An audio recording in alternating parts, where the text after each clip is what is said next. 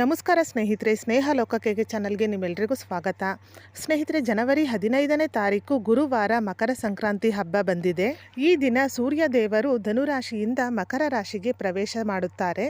ಧನುರಾಶಿಯಿಂದ ಮಕರ ರಾಶಿಗೆ ಜನವರಿ 14ನೇ ತಾರೀಕು ಮಧ್ಯಾಹ್ನ 3:13 ಸೂರ್ಯನು ಧನುರಾಶಿಯಿಂದ ಮಕರ ರಾಶಿಯನ್ನು ಪ್ರವೇಶಿಸುತ್ತಾನೆ. ಆದರೆ ಸೂರ್ಯೋದಯದ ಪ್ರಕಾರ ನಾವು ಈ ಒಂದು ಮಕರ ಸಂಕ್ರಾಂತಿ ಹಬ್ಬವನ್ನು ಜನವರಿ 15ನೇ ತಾರೀಕು ಗುರುವಾರದಂದು ಆಚರಿಸುತ್ತೇವೆ.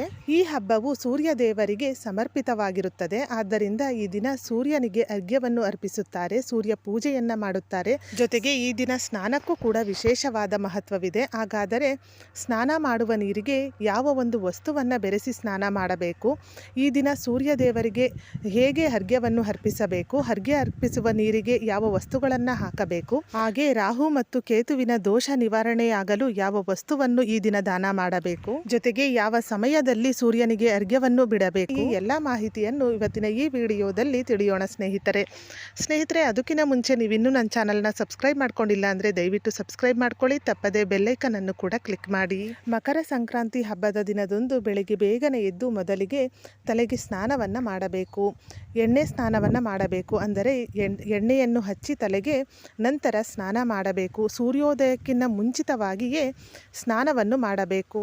ಸ್ನಾನ ಮಾಡುವ ನೀರಿಗೆ ನಿಮ್ಮ ಮನೆಯಲ್ಲಿ ಗಂಗಾಜಲವಿದ್ದರೆ ಸ್ವಲ್ಪ ಗಂಗಾಜಲವನ್ನು ಬೆರೆಸಿ ಸ್ನಾನ ಮಾಡಿ. ಜೊತೆಗೆ ಸ್ವಲ್ಪ ಕರಿ ಎಳ್ಳನ್ನು ಬೆರೆಸಿ ಸ್ನಾನ ಮಾಡಬೇಕು. ಇದರಿಂದ ಪಾಸಿಟಿವ್ ಎನರ್ಜಿ ಹೆಚ್ಚಾಗುತ್ತದೆ. ಜೊತೆಗೆ ಪಾಪಗಳೆಲ್ಲ ಕಳೆದು ಮೋಕ್ಷ ಪ್ರಾಪ್ತಿಯಾಗುತ್ತದೆ ಎಂಬ ನಂಬಿಕೆ ಇದೆ. ಮಕರ ಸಂಕ್ರಾಂತಿಯ ಹಬ್ಬದ ಸಮಯದಲ್ಲಿ ಹೆಚ್ಚು ಚಳಿ ಇರುವ ಕಾರಣ ಚರ್ಮವು ಒಡೆದಂತೆ ಇರುತ್ತದೆ.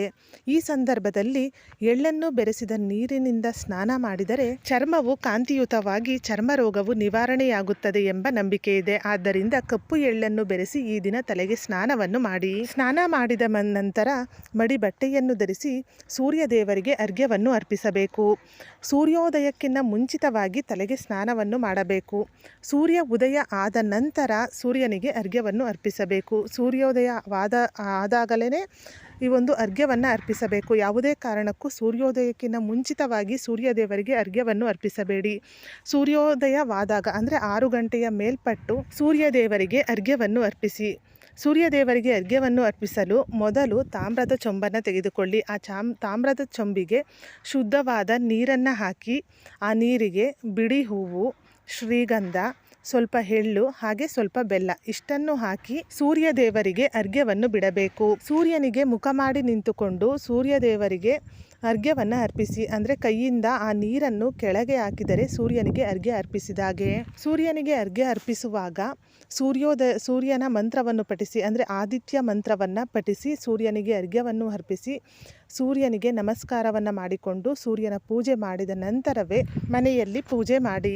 ಇನ್ನು ಈ ದಿನದಂದು ಯಾವ ವಸ್ತುವನ್ನು ದಾನ ಮಾಡಬೇಕು ಎಂದರೆ, ವಿಶೇಷವಾಗಿ ಈ ಒಂದು ಮಕರ ಸಂಕ್ರಾಂತಿ ಹಬ್ಬದ ದಿನದಂದು ಕಪ್ಪು ಎಳ್ಳನ್ನು ದಾನ ಮಾಡುವುದರಿಂದ ಕಷ್ಟಗಳೆಲ್ಲ ಕಳೆಯುತ್ತವೆ ಎಂಬ ನಂಬಿಕೆ ಇದೆ.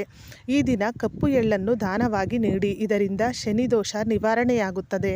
ಎಳ್ಳು ಶನಿಯನ್ನು ಸೂಚಿಸುತ್ತದೆ, ಹಾಗೆ ಬೆಲ್ಲವು ಸೂರ್ಯನನ್ನು ಸೂಚಿಸುತ್ತದೆ. ಈ ದಿನ ಎಳ್ಳು ಮತ್ತು ಬೆಲ್ಲವನ್ನು ದಾನ ಮಾಡುವುದರಿಂದ ಇದರಿಂದ ಆಗುವ ದೋಷಗಳು ನಿವಾರಣೆಯಾಗುತ್ತದೆ. ಮಕರ ರಾಶಿಯ ಅಧಿಪತಿ ಶನಿ ಆಗಿರೋದ್ರಿಂದ ಸೂರ್ಯ ದೇವನು ಮಕರ ರಾಶಿಗೆ ಪ್ರವೇಶ ಮಾಡುವುದರಿಂದ ಅಂದರೆ ಸೂರ್ಯ ದೇವನು ತನ್ನ ಮಗನಾದ ಶನಿಯ ಮನೆಗೆ ಬರುವುದರಿಂದ ಈ ಸಂದರ್ಭದಲ್ಲಿ ಎಳ್ಳು ಮತ್ತು ಬೆಲ್ಲವನ್ನು ದಾನ ಮಾಡುವುದರಿಂದ ಎಲ್ಲ ದೋಷಗಳು ಅಂದರೆ ರಾಹು ಕೇತುವಿನಿಂದ ಆಗುವ ದೋಷಗಳು, ಶನಿ ದೋಷ ಇವೆಲ್ಲವೂ ಕೂಡ ನಿವಾರಣೆಯಾಗಿ ನಿಮ್ಮ ಕಷ್ಟಗಳೆಲ್ಲ ದೂರವಾಗುತ್ತವೆ. ಸ್ನೇಹಿತರೆ, ಇವತ್ತಿನ ಈ ವಿಡಿಯೋ ನಿಮಗೆ ಇಷ್ಟವಾದಲ್ಲಿ ವಿಡಿಯೋನ ಲೈಕ್ ಮಾಡಿ, ಹಾಗೆ ನಿಮ್ಮ ಫ್ರೆಂಡ್ಸ್ ಆ್ಯಂಡ್ ಫ್ಯಾಮಿಲಿಗೂ ಈ ವಿಡಿಯೋವನ್ನು ಶೇರ್ ಮಾಡಿ. ಇದೇ ಥರದ ಮತ್ತಷ್ಟು ಮಾಹಿತಿಗಾಗಿ ಸ್ನೇಹ ಲೋಕ KK ಚಾನಲ್ನ ಸಬ್ಸ್ಕ್ರೈಬ್ ಮಾಡಿಕೊಂಡು ಸಪೋರ್ಟ್ ಮಾಡಿ. ಕೊನೆ ತನಕ ವಿಡಿಯೋ ನೋಡಿದ ಎಲ್ಲರಿಗೂ ಧನ್ಯವಾದಗಳು. ಸರ್ವೇ ಜನ ಸುಖಿನೋ ಭವಂತು.